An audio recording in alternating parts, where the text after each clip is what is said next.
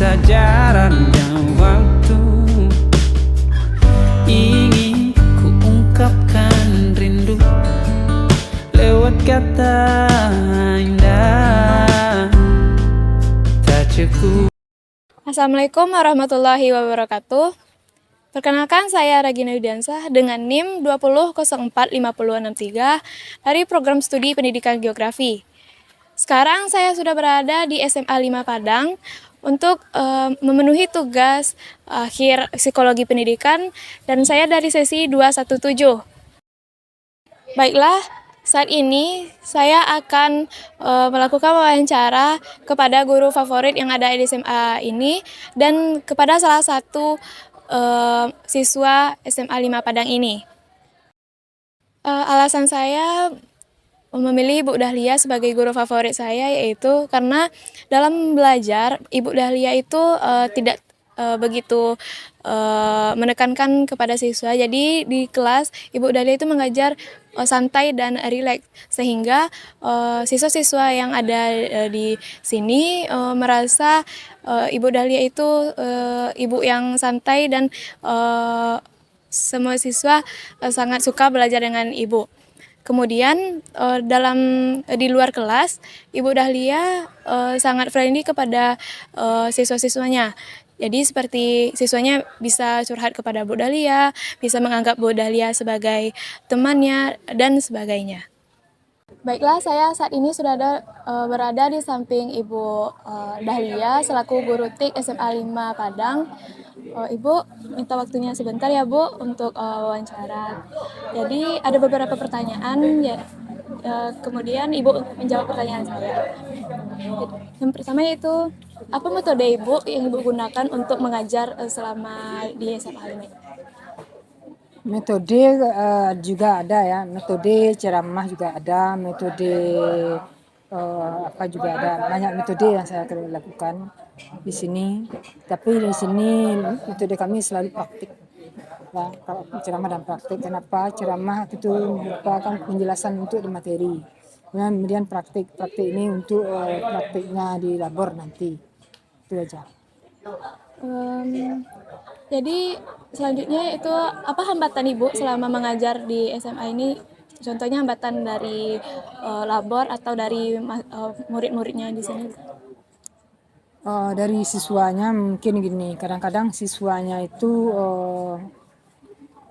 kalau seandainya labornya tidak standby atau mungkin karena kadang-kadang lampu mati, jadi kami menggunakan HP aja. Jadi kalau menggunakan HP terkadang ada siswa yang tidak bawa HP, yang memang betul-betul tidak bawa HP, sehingga dia tidak dapat praktek.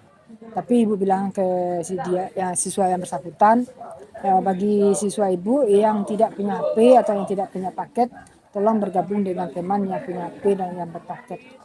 Jadi kita bisa mengerjakan tugas dengan baik. Oke Bu, yang terakhir ya Bu, apa tips dan trik Ibu untuk dekat dengan siswa-siswa di sekolah ini? Sebenarnya tips dan trik itu tergantung kita juga, pembawaan kita juga. Kalau seandainya siswanya udah standby untuk belajar, tentu kita standby pula untuk mengajar.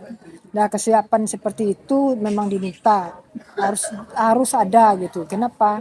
Kalau siswanya tidak standby, tidak siap untuk belajar, maka terkadang untuk pembelajaran agak terulur jadinya ya, sehingga yang tadinya direncanakan untuk cepat praktek, kemudian menambah materi sedikit gitu kalau praktek itu gitu kan.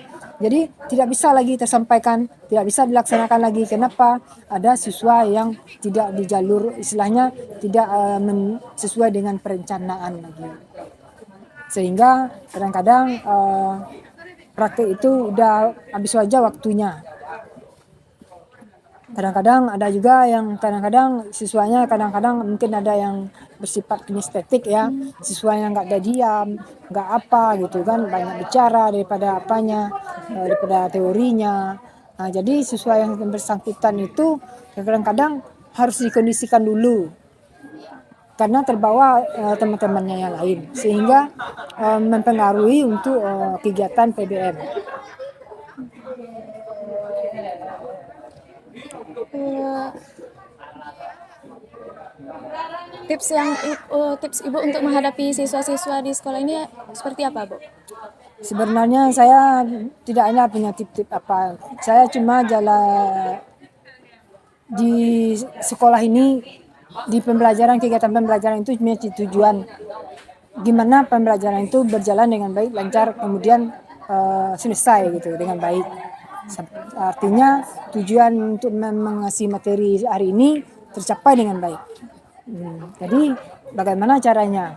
Seandainya ada siswa yang agak bertingkah, nah itu saya kondisikan dulu sebentar. Tapi kadang-kadang tidak ada yang bertingkah, jadi pembelajaran seperti itu yang tadinya kita rencanakan pas gitu apa kan, yang pas gitu di waktunya, malahan kadang-kadang bisa punya sisa waktu kita karena udah cepat selesai daripada yang kita rencanakan. Sehingga saya kalau yang seperti itu kadang-kadang ada waktu lebih, dan dari awal pertemuan saya punya merencanakan bilang ke siswanya kalau seandainya kita punya waktu lebih dan besok Bu mau ngasih materi ini ke kamu semua. Jadi kalau memang ya ada betul itu kan saya kasih materi yang saya janjikan itu.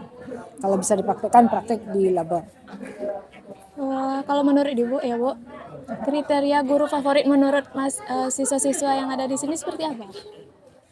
Itu tergantung dari siswanya ya. Kenapa? Kadang-kadang mereka suka yang eksak, istilahnya biologi, fisika, kimia, matematik.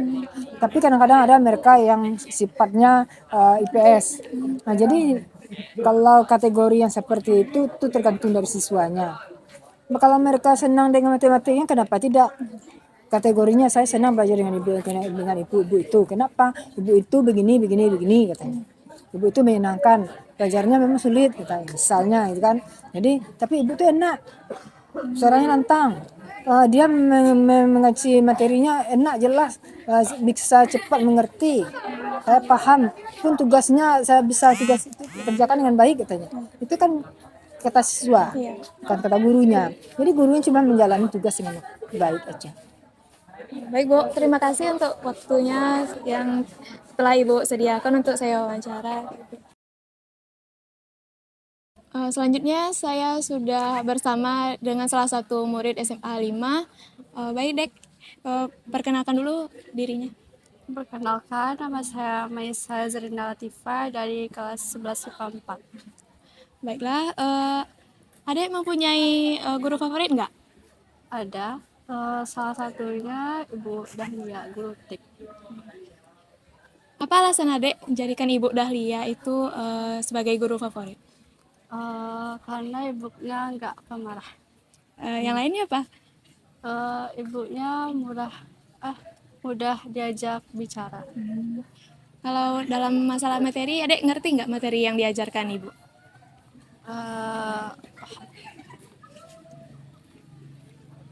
Sekian wawancara dengan salah satu murid di SMA 5. Baiklah, sekian video tentang guru favorit di SMA 5 Padang ini, yaitu guru favorit saya. Terima kasih. Assalamualaikum warahmatullahi wabarakatuh. Sebab kau terlalu indah dari sekedar kata. Dunia berhenti sejenak menikmati indahmu.